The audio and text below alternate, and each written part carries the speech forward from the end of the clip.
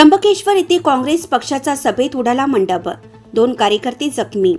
Lucky ठरणार का काँग्रेस पक्षासाठी लकी?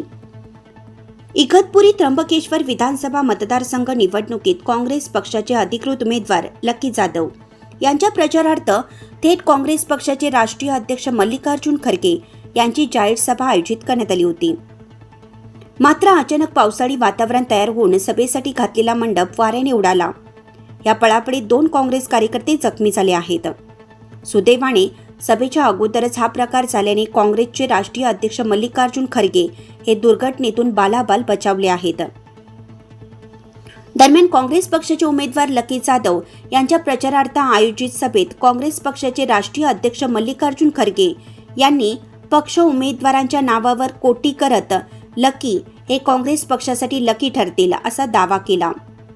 काँग्रेस पक्षाचे उमेदवार लकी जाधव हे अनेक दिग्गज पक्षांतर्गत इच्छुकांवर मात करत उमेदवार बनलेले आहेत.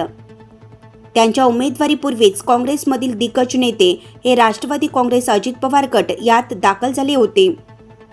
तर प्रदेश चिटणीस भास्कर गुंजाळ यांच्यासह शेकडो पदाधिकारी यांनी लकी जाधव यांच्या उमेदवारीचे निषेधार्थ राजीनामे दिले आहेत. त्यामुळे इगतपुरी त्र्यंबकेश्वर या दोन्ही तालुक्यात मातब्बर स्थानिक नेत्यांअभावी स्थानिक काँग्रेस पक्ष मोठ्या प्रमाणावर दुबळा झाला आहे. याचबरोबर मित्रपक्ष उभाटा शिवसेनाही लकी जाधव यांच्या उमेदवारीवर नाराज होत अपक्ष उमेदवार सौ निर्मला गावित यांच्यासोबत केलेली आहे. या अडचणीशी लकी जाधव यांना तोंड द्यावं लागत असून आर्थिक आघाडीवरही इतर उमेदवारांच्या तुलनेने ते दुबळे आहेत. याशिवाय ते स्थानिक नसल्याचाही आरोप विरोधक करत आहेत. इतक्या अडथळ्यांचा डोंगर काँग्रेस पक्षाचे उमेदवार लकी जाधव यांच्या समोर असून ते हा अडथळा कसा पार करतात? ते निवडून येऊन चमत्कार घडवणार का? काँग्रेस पक्षाचा हा पारंपरिक बालेकिल्ला ते राखणार का? पक्षासाठी ते खरंच लकी ठरणार का? अशा विविध सवालांवर मतदारसंघातून गावोगावी खमंग चर्चा सुरू आहे.